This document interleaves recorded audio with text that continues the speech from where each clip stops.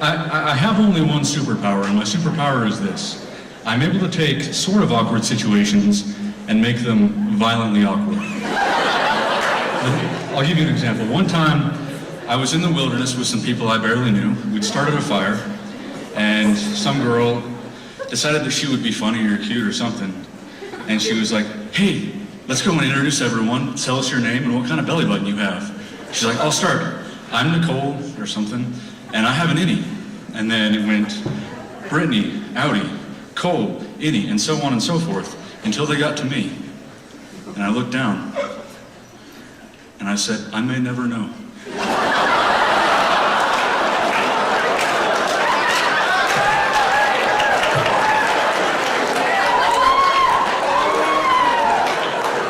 And now that we've got that out of the way, I want to talk to you guys about something I'm really passionate about. And I hope I don't get too emotional, but I'd like to talk to you guys about search engines and why, specifically, Google is so much better than Bing. Reason number one is that there's no good way to say that you searched something on Bing in the past. If you want to say you searched something on Google, I Googled it, it's fine. But how do you say it for Bing? I binged it? I banged it.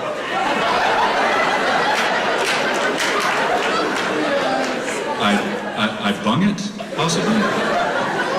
And let's say that you do bung something, right? How do you describe that to someone in the future? Like, yeah, I wasn't sure how much nog to put in my eggnog, so I bung it, and now it tastes great. No one's gonna drink your eggnog. Nobody.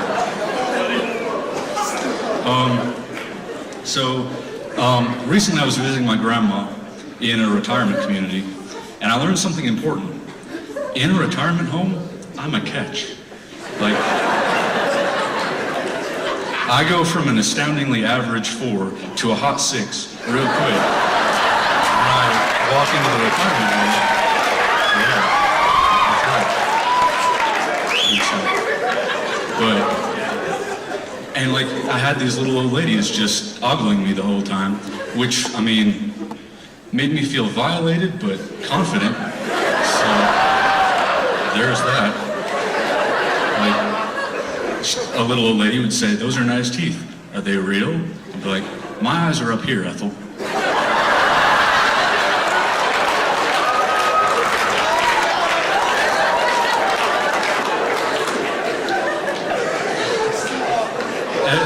As you can probably tell by now, the fondest desire of my heart and my true reason for being is to eventually become a gangster.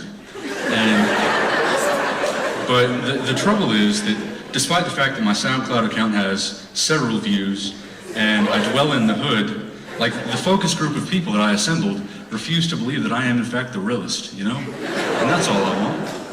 And I mean, I've even taken a number of online classes, including The Ghetto and You, a love story, The Responsible Acquisition of Swagger, and Ball is Life, which I admittedly wasn't that good at. But despite all my efforts, Snoop Dogg still hasn't sent me a letter inducting me into my regional association of gangsters. So this isn't so much a joke as a cry for help. Like, if any of you know Snoop and could like email him or something, I mean, we could correct this really quick. It wouldn't be a big deal. Thank you. So I mean, there are a lot of good causes. And there are a lot of good reasons to get involved in the community. And there are a lot of ways that you can ruin it too. For example, there's an organization called Cars for Kidneys, right? And they do great work. They make it so that you give your used car and then they sell it and then turn it into a kidney somehow. I'm not sure about the logistics, but they help a lot of people. But the problem is, I was recently in the market for a car and I thought to myself, an extra kidney.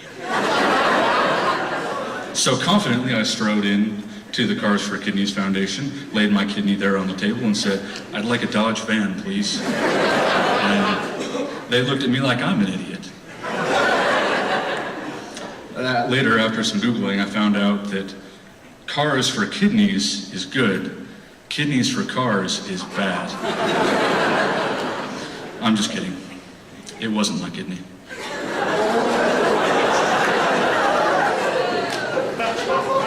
I'm not really proud of that one, you guys. So I'll leave you with this. I was sitting in Sunday school recently, and I've realized a lot of things about our generation. For example, really the poetry and the majesty of language has largely, I feel, been lost on our generation. Like if you ask someone from biblical times, how do I gain more intelligence? They might say, wisdom is the principal thing. Therefore, get wisdom. And in all thy getting, get understanding. That's Proverbs. But if you ask someone from today the exact same question, they'd say, just Google it. But I got to wondering, while I was in Sunday school class, what my life might sound like if it was written in the language of the scriptures. And I'm pretty sure I know exactly how it would go. It would go something like this.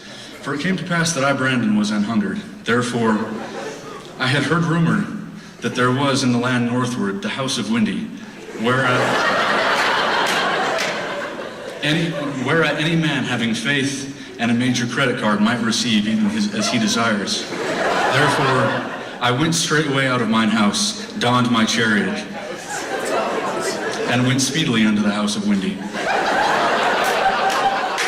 For without the walls of the house of Windy there was an statue.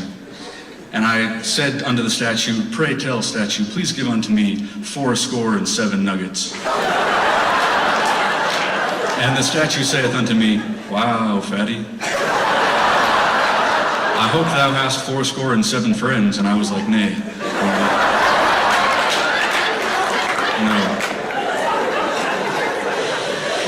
And Windy saith unto me, be it so. Pull thy chariot up to the second window and give unto me 50 shekels, and thou shalt receive, even as thou hast asked. And I pulleth my chariot up to the second window, gave unto Windy my 50 shekels, and was rewarded even with my nuggets. Even so, amen.